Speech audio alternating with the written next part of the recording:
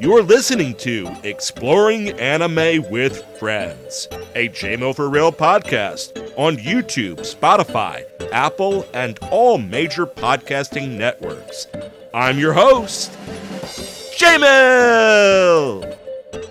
And today's friend is my wife and co-host. How's it going today, Sarah? Hi, everyone. It's going great today. Excellent, excellent. Are you all excited for today's episode of Exploring Anime with Friends Movie Edition? Oh, definitely. Yes, I am.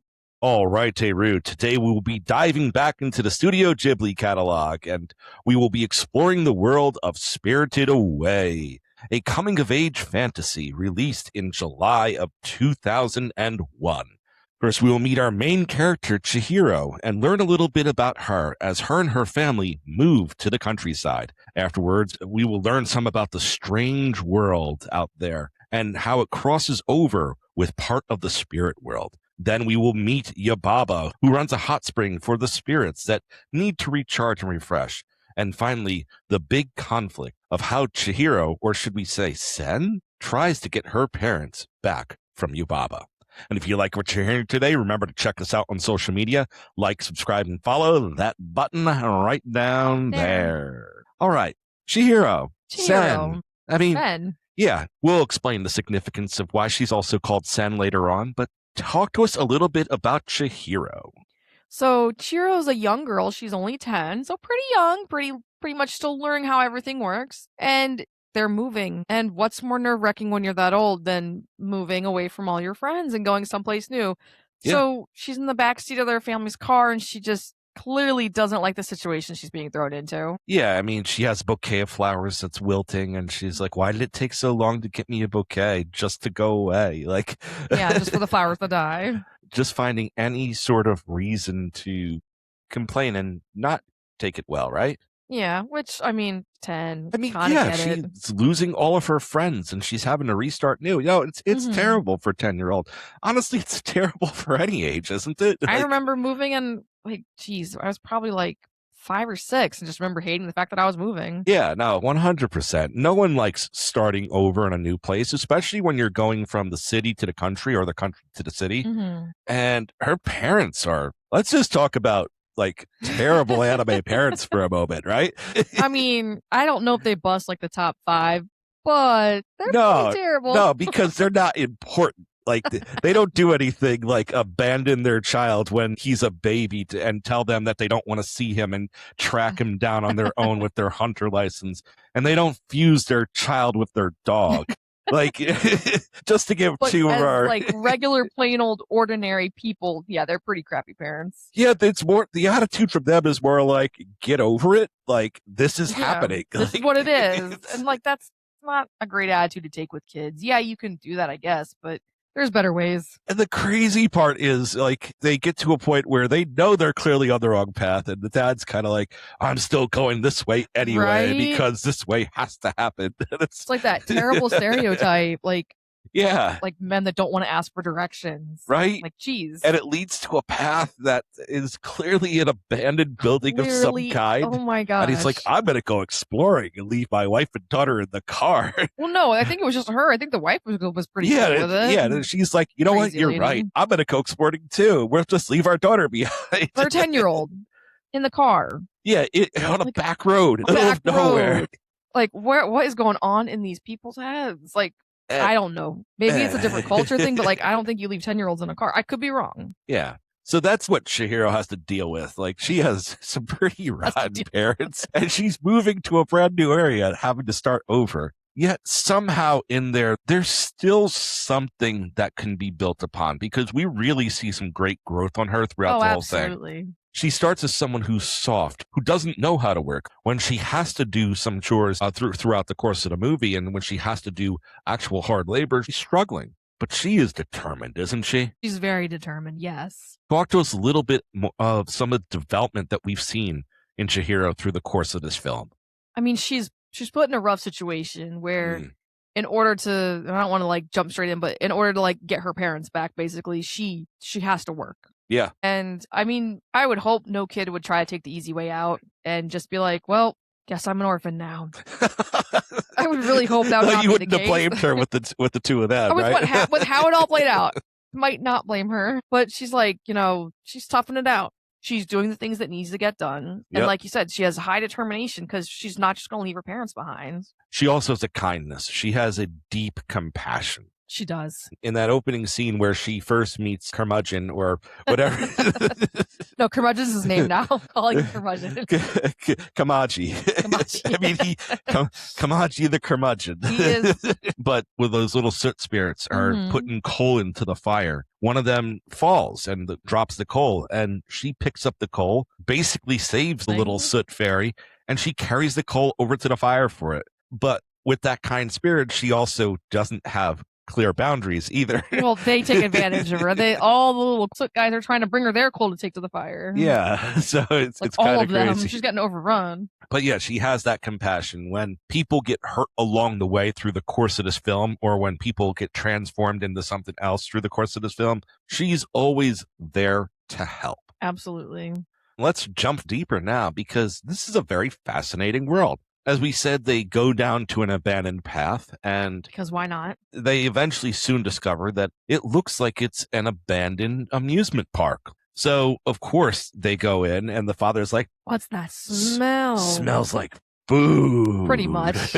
Maybe not quite like that, but it's close enough. It's close enough, yeah. And they're just all running around these clearly like abandoned stalls. And they've hit the jackpot. The food is just there. Oh and my it's gosh. a beautiful spread. It looks delicious, of course. And they're calling out, and they're kind of like, who's here? You know what? Never mind. We'll just pay when you get back. Because that's what normal people do. Yeah, clearly money is no object for anyone. And once it's inside of you, it's inside of you. You're paying the price, or you're running away. Before you buy it, check the price. Yeah. This one had a really high price. Very high price. You want to tell us a little bit about that price and the type of food it was and the type of world that they were in at this point? They have found themselves in the spirit world, but it wasn't dark. Maybe twilight is when it really hits, or just when the sun goes down. Yeah, when the sun goes down. That's when the spirits start coming out. That's when you can see the spirits in this little spirity part of the world. And so they're eating spirit food. Yeah. But they're normal people. And it goes from them just eating it to like devouring it. Like Autumn made a funny comment about them. Did she actually say they were acting like pigs? Because that'd be pretty funny if she did. She did. Before they transformed into pigs, our little girl's like, they're acting like pigs. It was beautiful. And they're busting buttons, and they're getting heavy, and they're getting fat slowly and slowly. And little pig ears. And they started off a little chub to begin with, or at least he did. A little. But they transform into full-blown pigs. They turn into pigs. Well, that's what they were being. And Chihiro's not eating any of it, by the way. We need to point that out. Like, no. She's like, we're going to get in trouble. Listen to the child. Listen to her. They didn't listen. They're terrible parents. Terrible. First it was that out. Blase, you just get over it. You'll get over it. We're moving. And then it's oink. Yeah. Oh, man. Very quickly she finds out that this is a spirit place, because the spirits start to come back. And eventually she encounters someone. The first person she really encounters is Haku. Haku works for Yubaba. Yeah, Baba. So Haku works for Yubaba. Today's one of those days. Today is one of those days. And while she was like trying to get help somehow, because her parents just turned to pigs, all the people and weird creatures are like kind of disgusted by her, and she don't know why. But eventually she runs into Haku, and he pulls her aside. She's in a tizzy, because why wouldn't you be in a tizzy? Yeah, right? Like, she still loves them. They're still her parents, even if they are terrible pigs now. Like, literally. Literally. And she starts to realize that she's fading, and Haku gives her a pill of sorts that she can take that's not going to transform her, but is going to adapt her to the spirit world. Mm-hmm. It's basically more spirit food. It's just not the crazy amount that her parents were just devouring. Then he's like, okay, we just need to get you over the bridge. He's like, but you can't breathe while you're on the bridge. And man, Chihiro, she does great. For being thrown into this, she did a good job. She tried her hardest. She did really good. And then Little Frog Guy comes and screws up the whole thing. Man, Little Frog Guy screwed up a lot throughout the course of this thing. Little Frog Guy have a name? Here, I'm doing a quick look up. You talk about Little Frog Guy in that scene while I look this up. I mean, they're so close to the end of the bridge, and little frog guy sees Haku, and he's like, "Hey, Haku, how's it going? Where you been? What's going on?" And she's been holding her breath this whole time while little frog guy's just kind of blocking the path, but he doesn't see her yet. He just sees Haku, and she just can't keep holding her breath. Looks like his name is Aogiru. I'll go with that. We'll go with that.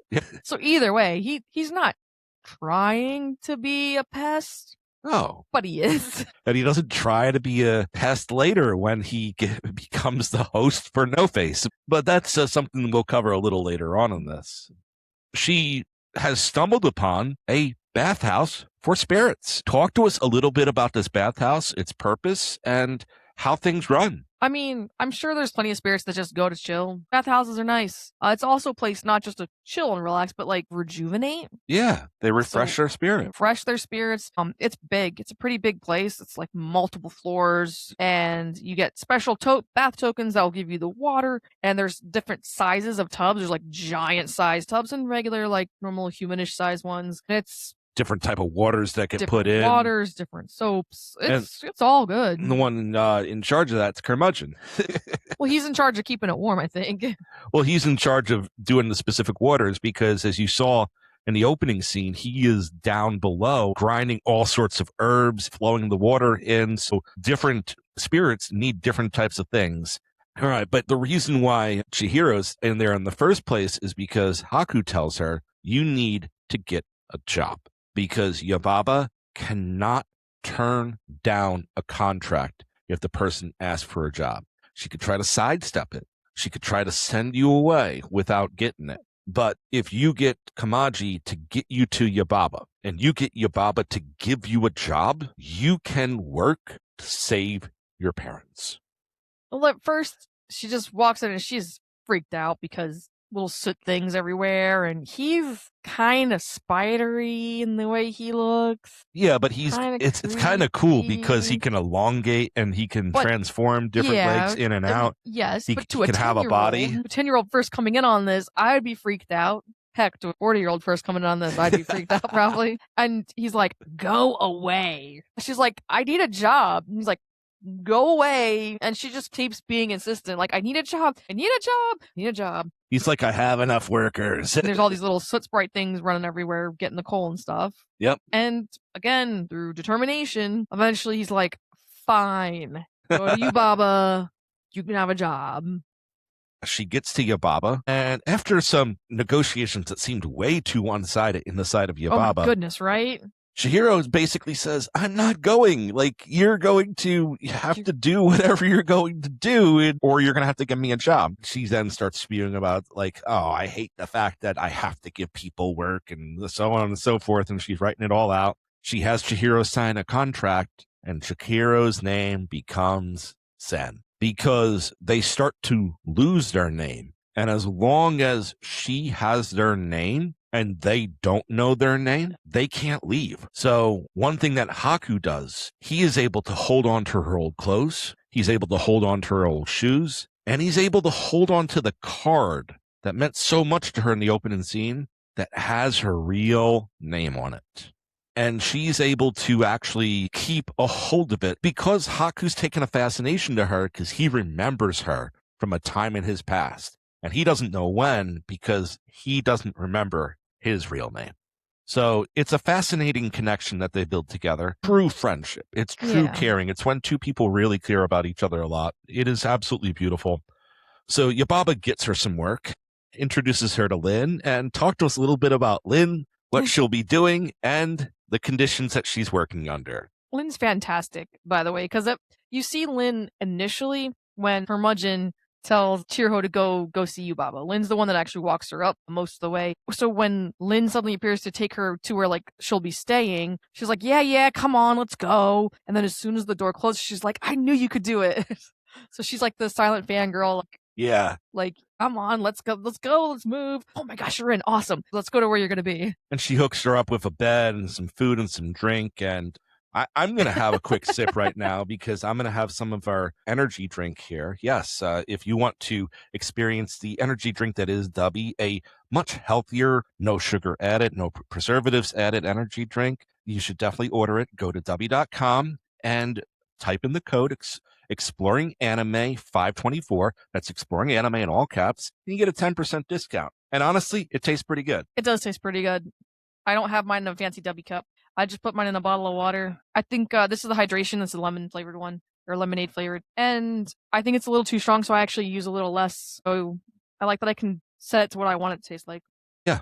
And if you like what you're hearing from us, remember to check us out on social media, like, subscribe, and follow. And you can watch Spirited Away on HBO Max, or you should just go out and buy the Studio Ghibli collection. Like, honestly, you definitely should. It's a good collection for sure. Oh, yep. All right.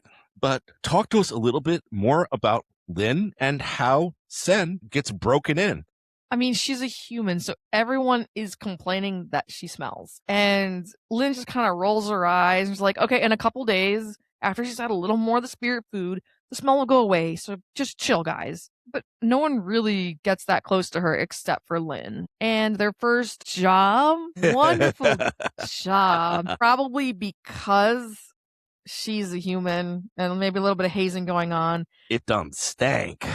Yeah, like they have to clean like the biggest bathtub area. It's just like gross. Yeah, now they have to clean out this very special VIP room that basically never gets cleaned whatsoever. No one does a good job cleaning it. And it looked nasty. Right after they're done cleaning it, this giant like bog monster, forget the exact name, but tell us a little bit about its entry and that whole process, because that was a very fascinating scene as a whole, was it not? Oh, it was crazy. So it's like, yeah, just kind of this big giant ball of gross just through the bathhouse. Like, I don't know, I can't describe it. Everywhere it's going, it's like a gelatinous blob, but disgusting. Gosh, leaving puddles of like rancid. Yeah, no, it's terribly gross. So Lynn's like, no, you've got to go get one of the soap token things. You've got to get one. Tell them we need one. So she heads to the place to get the token, and she's just like, okay, I was told to get this token thing. And he's like, no, you don't need it. Go away. And she's just like, but I really, really need this. I need this thing. And he's just brushing her off. And there's this weird shadow creature with like a mask for a face. Which, by the way, she's met before. He was the only one who could see her on the bridge as she was attempting to cross the bridge before. Mm-hmm. And something distracts the guy that's like handing out tokens. And this creature, No Face, just takes a bunch and gives them to her. And she's like, oh, okay, thank you, bye. She just runs back. And it's a good thing she had those, because this was a very gross creature. Yeah, because when it climbed into the tub for the first time, it turned all the water in it toxic.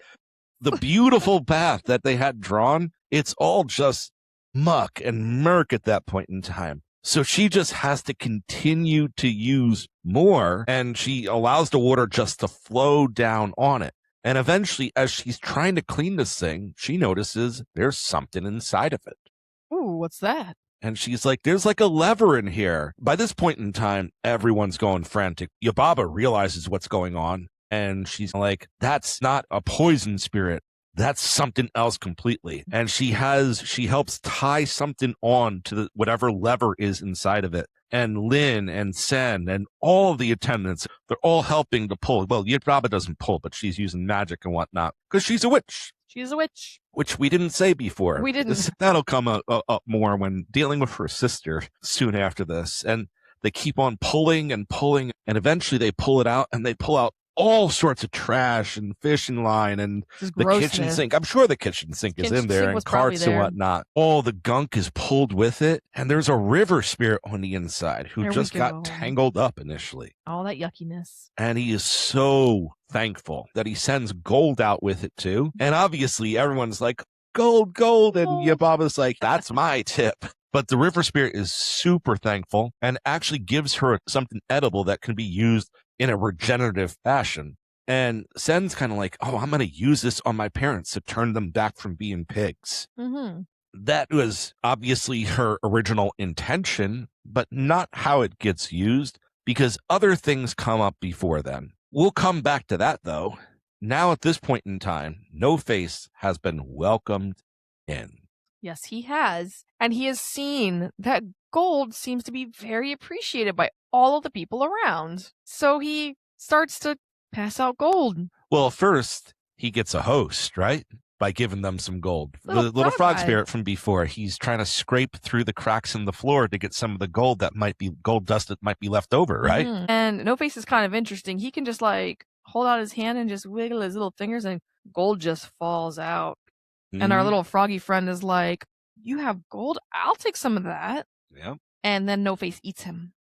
No Face just eats him. Yeah. Takes on a little bit of the form, I guess makes him a host or whatnot. And suddenly in the middle of the night, Sen is waking up and she's like, where is everybody? And all the servants, all the people who run the bathhouse and whatnot, they're all like just giving No Face everything to get as much gold as possible. Mhm. And they're all receiving wonderful gifts from No Face as they lavish him because obviously he's a high roller, big spender. Big spender, So, tipper. Yep. And he really just wants to give that gold to Sen, but she doesn't want to. No, she She's doesn't not want it. someone of excess. She is Mhm. she's actually very mature for her age. And this throws him into a fit. He starts eating a few others. He consumes 3 total. And at this point, Yababa's trying to track her down because she's run away from it. She's trying to stay safe. And No Face is upset because she won't accept the hospitality. Yeah. And Yababa's upset because her little resort's getting ruined. No Face is eating customers. Yeah. Well, not customers, workers, but Workers, like, yeah. and eating all the food, putting the place out of business. Mhm. But eventually it is resolved. I'm not going to deprive you guys of that. It's a very fun scene as a whole. It is pretty cool. And No Face just kind of sullenly leaves at the end of it. We're now at a point where all the gold that it gave is now sludge and muck. All the food is gone. Yababa's angry and she leaves for the day. And that's the day that everything starts to happen. Talk to us about how it began with Haku and the Shimigami. So Chiriho is in the servants' quarters and she's just trying to like take a moment to herself, and she's looking out the window over the edge and she sees this dragon. Which is Haku. Which is Haku. We know this is Haku. And he looks like he's hurting bad. So he crashes into the servant quarter area, and she's like, what is going on? Well, there's a bunch of Shimigami that are just slicing him up, little paper spirits Little paper and spirits whatnot. just cutting him up to pieces almost. So as she's trying to take care of him and he's just kind of bleeding all over the place, he probably just doesn't want her to see him in this way, and he jumps back out the window and just tries to fly up higher. So he flies up just to try to get away from the Shimigami, and you know that he crashes back into Yubaba's room. Well, Sen/Chiriho is not gonna just let him be there. She's kind of afraid for him because Yubaba's kind of terrible. So she goes after him. Well, he's actually working as Yubaba's main servant too, but Yubaba's not going to help him here. As a matter of fact, this is actually the point where she leaves for the day because she just knows that he's basically done at this point in time. So she just flies off to get her stuff done for the day. Yep. So when she finds him, he's bleeding out pretty much. Like, he is not doing well at all. And there's a Shimigami that stayed with her. So now the Shimigami knows where he is. And it's kind of chaotic there for a couple minutes. Yeah, no, it's very chaotic because at this point in time, when she's in the room, Yababa's baby, she has baby boy. Big, giant baby. Yeah, big, giant baby. Which, by the way, Yababa is such a better mom than Chihiro's parents. I'm just going to say she's a terrible person, but she's like, a better parent. She's not even a great mom. She loves her baby. She does kind of keep him trapped inside all the time to keep him protected and whatnot. So she does restrict his freedom and whatnot. So that's not good. I'm not calling her a good mom. Yeah, no, that's not good. I'm just saying better mom than Chihiro's parents. You don't have to agree, but I'm right. That's terrible. But yeah, the baby and some of her servants are there, and Shimigami transforms into Zeniba, who is the twin sister of Looks Yababa. exactly like her. Took me a second, let me tell you. And she starts doing things and transforming them. She transforms Boy into a mouse. She transforms one of the flying servants into a little bird that carries the mouse around everywhere because it's kind of adorable. Really cute. And she transforms the personal servants of the quarters, which are 3 green heads that just bounce up and down everywhere. She transforms the 3 of them into the baby. Yep. So and she's about to get Haku when the Shimagami gets torn and she has to go away. And at this point in time, Haku and Sen fall through a trapdoor, and eventually they make their way back to Kamaji. And she's like, please help him. And she gives a portion of the thing that the river spirit gave her to help Haku recover. And Kamaji is there, and it's kind of like, wait, there's something inside of him. And they're able to extract it. And apparently he stole a sail from Zeniba. He stole something precious from Zeniba for Yubaba, because out with the sail also becomes this little slime creature, which Sen stomps into the ground, right? Want to tell us what that little slime creature was? So this is where we find out that Yubaba's actually been controlling Haku, and that little slimy thing was the thing that was controlling him that Yubaba was using. So that's taken care of, and it's kind of cute. Real quick, the bird and the mouse, so the baby and one of the servants, they kind of reenact it. It was just adorable. And all the little soot sprites are there, and they're all like bowing down, and like it was really cute. It was pretty hilarious. So they're at this point in time, she realizes she needs to return this to Zeniba. You got to make things right. And maybe Zeniba will turn the baby and the servant back and everything. So she wants to set out on a quest to make this all right. And Kamaji's like, I've been saving train tickets for a time like this. Yeah. So he tells her where to go, what to do. And as she's headed there, she encounters No Face again. And I think this is where we're going to leave you guys, right? I think that's actually a good place to stop. It's a great place to stop. I wonder if you're going to finish that. We're heading process. to Zeniba to see if Zeniba will actually forgive and transform them back, and maybe even help her versus Yubaba. They're leaving without Yubaba's permission. Haku is bleeding, and he's trying to recover. We'll see if the river spirit's medicine is doing anything. And No Face has reemerged. Dun, dun, dun. Tell us, overall, what did you think? How much did you like Spirited Away? Oh my gosh, it was really good. I liked it a lot. I thought the characters were kind of quirky. It was very odd in some instances, seeing that gross, disgusting, like stink spirit just actually not be that. That was kind of cool. No Face eating things was weird and creepy, but like none of that in a bad way. It's Ghibli. It was great. You can see why this is regarded as one of the greatest anime movies of all time. It's not even a question. Now, I don't personally have it there in my rankings, but I can see why this is one of the small handful of movies that routinely tops a list when talking about greatest anime movies. Background scenery, the way they do the artwork, absolutely amazing. The Ghibli style is always a very welcoming style as a whole. The soundtrack is always good. Absolutely. The writing, excellent. The characters and the world. It's hard to sometimes find something to where both the characters and the world are high level impact. Normally something is a little more character driven or a little more story driven. This is driven by both. It's driven really well. Oh, yeah, absolutely. We've seen it a few times, but it's always refreshing to revisit this one. Some of the most iconic characters in the Ghibli library and the anime movie library, period. So once again, we explored the world of Spirited Away. We went into how Chihiro found her way over to the spirit world after her parents got themselves into trouble and got themselves turned into pigs. We then see this bathhouse that has been made by Yubaba for spirits to refresh themselves, and see the trouble that Chihiro gets into as she now becomes Sen and a servant in Yubaba's bathhouse. We met No Face and many of the other colorful characters along the way, eventually setting up a very intricate endgame featuring Zeniba, Haku, Sen, and more. We hope you had as much fun exploring the world of Spirited Away as we have, and consider watching this movie. Bye. So if you like what you heard today, make sure you listen to us on YouTube, Spotify, Apple, or wherever you stream your podcast. Listen to all of our J-Mill for Real podcasts. And hit us up on social media, like, subscribe, and follow. Once again, this was Exploring Anime with Friends. Let's explore together. And now for a word from our sponsors. And today's show was brought to you by Dubby Energy, a modern approach to energy drinks with no sugar, dyes, or fillers added. Dubby Energy, be better. And use code EXPLORINGANIME524 for 10% off your order.